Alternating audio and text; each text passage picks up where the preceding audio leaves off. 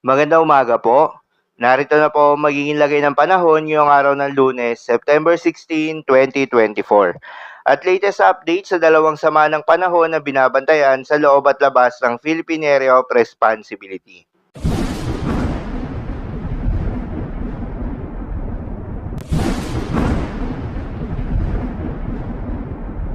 Sa kasalukuyan na tayo sa pag-asa, itong southwest monsoon o hanging habagat ay patuloy pa rin nakakaapekto sa may southern Luzon, Visayas at Mindanao. Dahil dito asahan yung paminsan-minsang malalakas na mga pagulan. Habang sa nalalabing bahagi ng ating bansa ay asahan naman yung bahagyang maulap hanggang sa maulap na kalangitan na may kalat-kalat na mga pagulan o thunderstorms. Dulot naman yan ng mga localized thunderstorms. Samantala, yung isa sa dalawang sama ng panahon na binabantayan ng pag-asa ay lumakas na bilang isang tropical depression o mahinang bagyo. Yung unang sama ng panahon ay yung low pressure area na nasa loob ng Philippine Area of Responsibility na huling namataan sa layong 430 kilometers east ng Kasiguran, Aurora.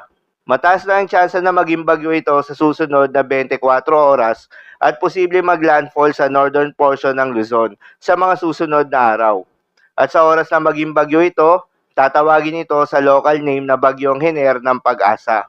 Posible magtaas rin agad ng tropical cyclone wind signal number 1 kapag naging bagyo ito. Ayon naman sa Japan Meteorological Agency, ang nasabing low pressure area ay isa ng tropical depression o mahinang bagyo.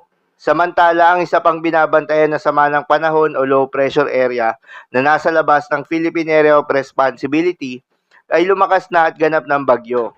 Huli itong namataan sa layong 2,165 kilometers east of southeastern Luzon, taglay ang lakas ng hangin na umaabot sa 45 kilometers per hour malapit sa gitna at pagbugso na umaabot sa 55 kilometers per hour, kumikilos ito pa northwestward sa bilis na 20 kilometers per hour. Inaasahan na papasok ito ng Philippine Area of Responsibility ngayon darating na Martes at tatawagin naman sa local name na Bagyong Helen.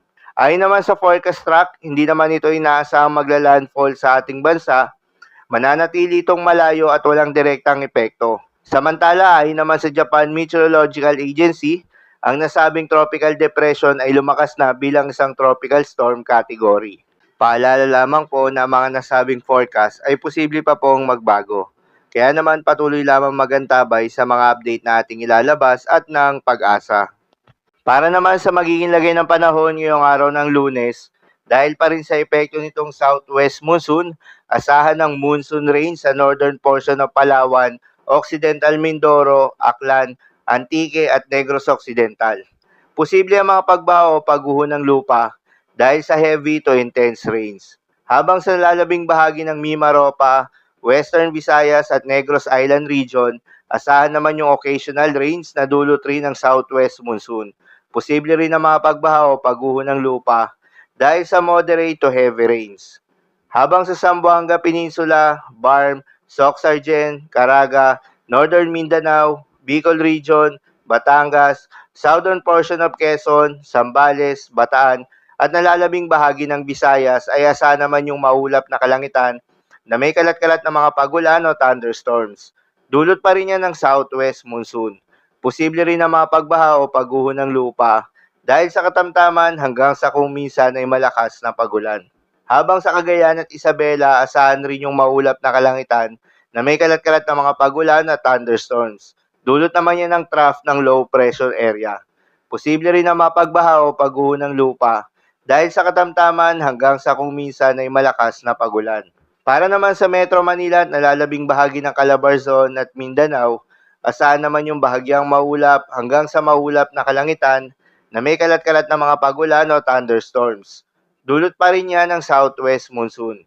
Posible rin na mga pagbaha o pagguho ng lupa during severe thunderstorms. At sa lalabing bahagi naman ng Luzon ay asahan rin yung bahagyang maulap hanggang sa maulap na kalangitan na may kalat-kalat na mga pagulan o thunderstorms. Dulot naman yan ng mga localized thunderstorms.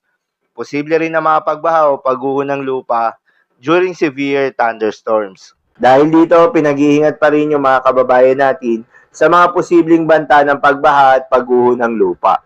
Para naman sa magiging lagay ng mga dagat baybayin, ayon sa Pag-asa ay may nakataas na gale warning Sa mga seaboards ng Occidental Mindoro, Palawan, Romblon, Western Visayas, Negros Island Region, Central Visayas, Southern Leyte, Leyte, Zamboanga del Norte, Camiguin, Dinagat Island, at Surigao del Norte.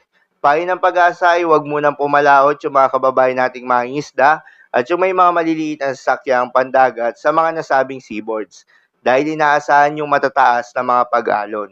So yun lamang po para sa lagay ng panahon ngayong araw ng Lunes. Keep safe everyone.